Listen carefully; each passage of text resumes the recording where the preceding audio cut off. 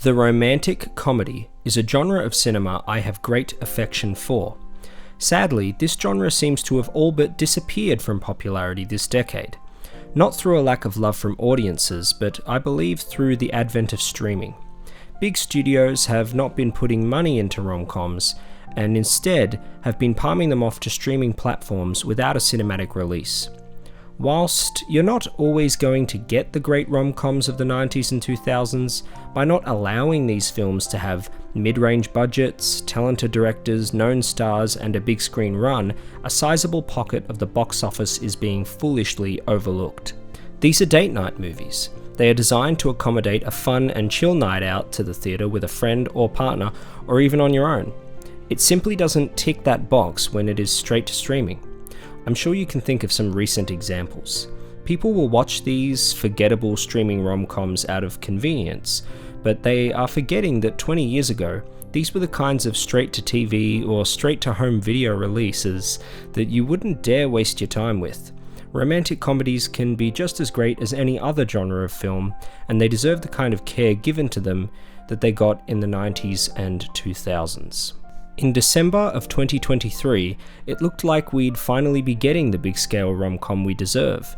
Anyone But You had a $25 million budget. It had a talented director in Will Gluck of Easy A and Friends with Benefits fame, as well as two likeable rising stars, Sydney Sweeney and Glenn Powell. The film has the kind of generic plot that you'd expect for the genre, but it is a solid foundation nonetheless. Loosely based on William Shakespeare's Much Ado About Nothing, B meets Ben at a coffee shop. After spending the day together, they fall asleep on Ben's couch. B leaves without waking him but quickly reconsiders. Upon returning, she overhears Ben insulting her while talking to his friend Pete. Not realizing that he is hurt by her disappearance, B leaves. B and Ben cross paths again 6 months later when B's sister Hallie begins dating Pete's sister Claudia. B and Ben both blame the other party for things ending badly.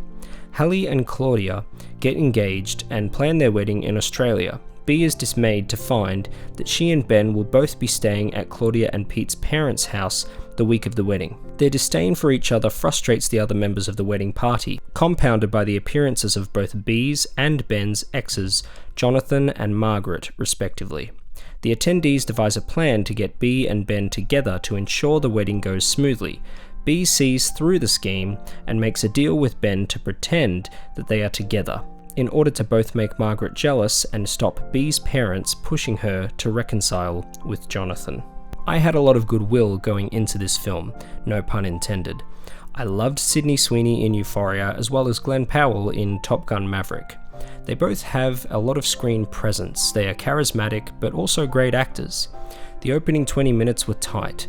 The opening coffee shop scene had me very optimistic. The film has a slick look to it. Sydney and Powell have strong chemistry. Unfortunately, once it got about halfway through, my patience was tested. The screenplay is just really vapid, unfortunately.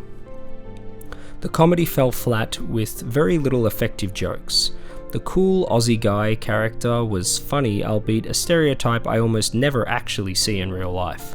The film is really just carried by the actors. They are the only reason to watch it. A rom-com must have a great soundtrack, and this one definitely does. The film isn't offensively bad, it is forgettable and lacks the fun charm that you want from it. So no, this isn't the big-scale rom-com that we deserved, but even though I didn't like the film very much, I am glad it was successful and that a fair chunk of the audience enjoyed it. Now that the Marvel Cinematic Universe is no longer dominating the box office, we have seen a shift in the kinds of films that people are showing up to see in droves. Films like Oppenheimer, Barbie, Super Mario Bros., and Top Gun Maverick, all making between $900 million and $1.5 billion at the box office. Even some smaller films have had relative success and contributed to this variety, the likes of which we haven't seen since the 2000s. Films like Poor Things, The Boy and the Heron, and Five Nights at Freddy's, all making between $100 million and $300 million. Anyone But You made $219.2 million, which is great for a mid-budget rom-com and will hopefully help studios to put more faith in rom-coms and original mid-budget films in general. We have to go out and support original films in order to get more of them, so I'm glad people supported this one, despite it being a less than stellar addition to the romantic comedy canon.